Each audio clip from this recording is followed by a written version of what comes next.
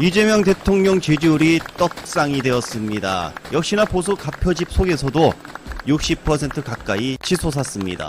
한일 한미 정상회담 영향으로 보이고요. KSOI 정기조사에 따르면 긍정 58, 부정 38의 결과가 나왔습니다. 지난 조사보다 3%포인트가량 올랐다고 합니다. 적극 지지층에서는 5%포인트가량 올랐습니다. 더구나 이는 미 순방 기간 조사한 결과라 조금 덜 표집이 되었다 이렇게 보이고요. 정확한 이재명 대통령의 찐 지지율은 월요일에 발표하는 여론조사 꽃가 리얼미터를 보면 정확히 알 수 있지 않을까 이런 생각을 전해드리며 오늘도 좋은 소식 물고 온 파랑새입니다. 오늘 정성호 법무부 장관이 꼬리를 내리며 수사기소 분리 원칙을 확실히 하고 이를 정부조직법에 반영할 것이다 라며 당이 주도해 가야 한다. 당정 이견 없다. 검찰개혁 관련의 입장을 전했다고 합니다. 이 중수청 이거 어디에 둘지 두고 사실 당에서는 장관님한테도 좀 이렇게 세게 발언하셨던데 좀 이게 이견이 분출되고 있는지 이견 없습니다. 이게 뭐 수사기소 분리의 원칙이 확실하고 어쨌든 뭐 이 법의 주도권은 정부가 아니라 당이 갖고 있는 거잖아요. 당에서 잘 결정되는 대로 잘 논의해서 따라갈 겁니다. 아무튼 이틀 전 정말 이 검찰개혁 반대의 목소리를 냈던 정성호 때문에 검찰개혁 자초되는 거 아니냐 곳곳에서 우려 섞인 목소리가 나오고 있었는데 자, 이 부분에 대해서 이문정 지검장 또한 우려를 한 것으로 보입니다.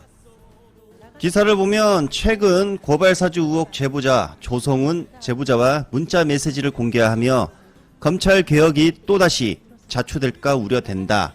자, 이런 입장을 밝히며 내일 국회에서 국회 공청회가 열립니다. 그곳에 참석해서 입장을 전하겠다 언급했습니다. 의원회관에서 열리는 긴급 공청회 주제가 바로 검찰개혁 쟁점은 무엇인가? 바로 그곳에 토론자로 나선다고 합니다. 이문정 검사는 진솔하게 말씀드리고 오겠다라며 검찰개혁은 절대 자초되면 안 된다는 확고한 결심으로 나서는 것으로 알렸습니다. 검사장이 되어서도 검찰개혁에 대한 소신이 전혀 꺾이지 않았다는 부분을 또 확인할 수가 있었습니다. 더구나 현직 검사장이 이런 토론회에 나와서 토론하는 것 자체가 거의 뭐 이례적이라고 하는데요. 검찰개혁을 하겠다. 자, 이런 소신 정확히 엿볼 수가 있었습니다. 그리고 이 공청회를 주최한 곳은 바로 민주당의 박홍근, 조국혁신당의 박은정 의원이었다고 합니다. 그곳에 이문정 검사가 참석을 한다는 것이죠. 오늘 어떻게 보면 이 기사가 아마 우리 시청자분들께서 가장 관심을 가지고 볼 기사로 보이고요. 김건희 특검이 권성동을 구속영장 청구를 했다고 합니다. 뭐 기사 내용은 정확히 자세히 나온 게 없어서 이 정도 이야기만 하고요. 한덕수가 풀려나서 아마도 권성동도 풀려나는 거 아니야 그런 우려를 하고 있는 분도 계시는데 좋은 소식 또 전해드리겠습니다. 민주당이 내란 특별재판부 신속 설치를 결의했다고 합니다. 내란 특별재판부 설치를 신속하게 하겠다라고 결의했습니다. 잘 아시는 것처럼 어제 한덕수 전 총리에 대해서 법원이 구속영장을 기각했습니다. 저희는 도저히 이해할 수 없고 있을 수도 없는 일이라고 생각하고 있습니다. 한편 내란 재판을 진행하고 있는 지기현 부장판사는 끊임없이 문제 제기를 했던 것처럼 공정한 재판을 하지 않고 있고 그리고 비리 의혹에 연루되어 있기 때문에 이 재판, 국가적으로 중차대한 이 재판을 담당할 자격이 없다라고 저희는 보고 있습니다. 그래서 신속하게 내란 특별재판부를 설치해야 된다는 것을 결의했습니다.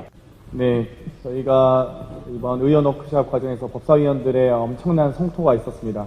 어젯밤에 있었던 한덕수 전 국무총리에 대한 영장 기각 사태는 헌정질서 회복을 바라는 또 내란의 빠른 종식을 바라는 국민들의 법 감정에 완벽한 배신한 행위를 법원이 저지른 것입니다.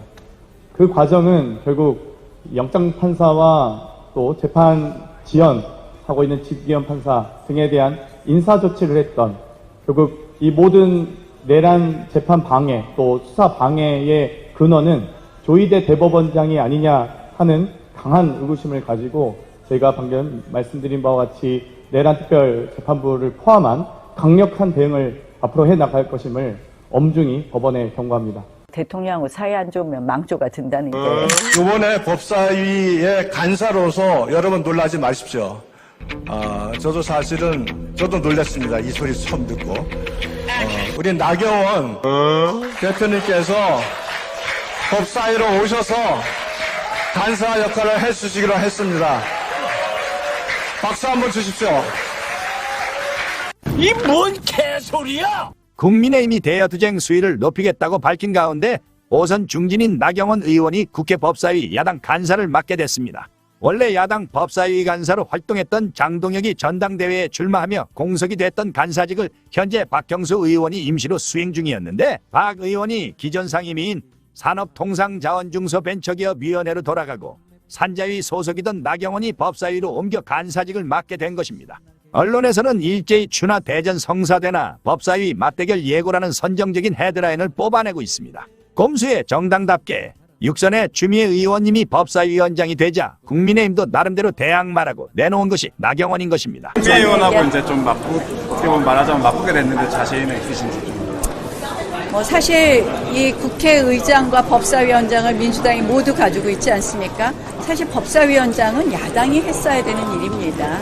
저는 이 모두 가지고 입법 폭주를 하는 것에 대해서 저는 국민들께 설득하는 그런 이야기로 이 추미애 위원장을 국민과 함께 우리가 추미애 위원장의 일방적인 독주를 막아낼 수 있지 않을까 이렇게 생각을 합니다. 국민의 힘이 절대적으로 필요하다. 민심이 절대적으로 필요하다 생각을 하고요. 이렇게 대한민국이 어렵지 않으면 또 우리가 이렇게 소수당이고 또 이렇게 다수당이 폭주하지 않으면 굳이 제가 나서지 않아도 되는데 지금은 너무 어려운 시기다.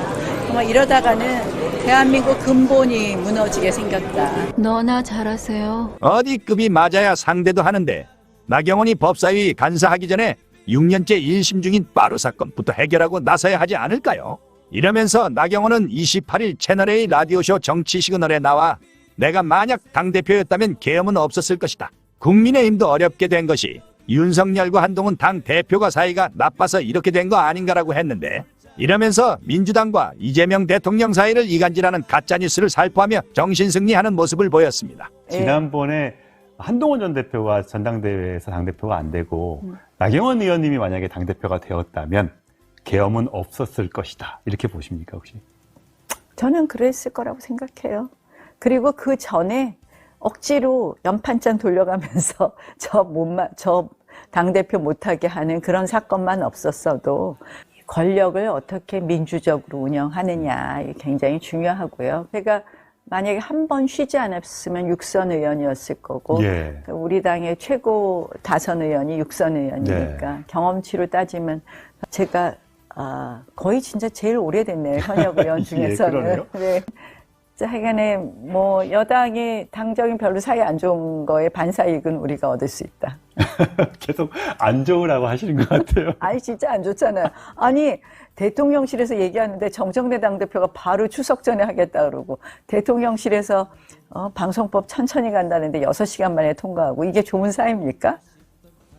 이재명 대통령의 한미 정상회담을 트럼프도 매우 스마트하고 위대한 지도자라고 이재명 대통령을 칭찬하고 있고 미국의 언론이나 세계 유수의 외신들에서 성공한 회담으로 평가함에도 불구하고 외교적 참사 운운하며 국민 정서와 동떨어진 그러한 도저히 받아들일 수 없는 그런 발언을 하고 있는 그런 분들이 있습니다. 윤 어게인을 주창하면서 도로 윤석열당 도로 내란당으로 가버린 국민의힘과 우리가 앞으로 험난한 과정을 또 마주해야 될 것 같습니다. 다시 헌법 수호 세력과 헌법 파괴 세력, 민주주의 수호 세력과 민주주의 파괴 세력의 전선이 다시금 형성된 것을 우리는 직시하고 긴장감을 놓지 않고 앞으로 정기국회에서 우리가 정해놓은 타임 스케줄에 맞게 따박따박 법 하나하나를 통과시키도록 의원님들께서 총단결해 주시기 바랍니다. 이번 정기국회에서 개혁과 민생의 두 마리 토끼를 잡기 위해 우리가 1박 2일 동안 이곳에서 정부 관계자와 장정대가 같이 머리를 맞대고 좋은 논의를 하는 그런 생산적인 워크숍이 되기를 진심으로 바라고 이렇게 모두 참석해 주신 우리 사랑스러운 의원님들께 깊이 감사드립니다. 고맙습니다.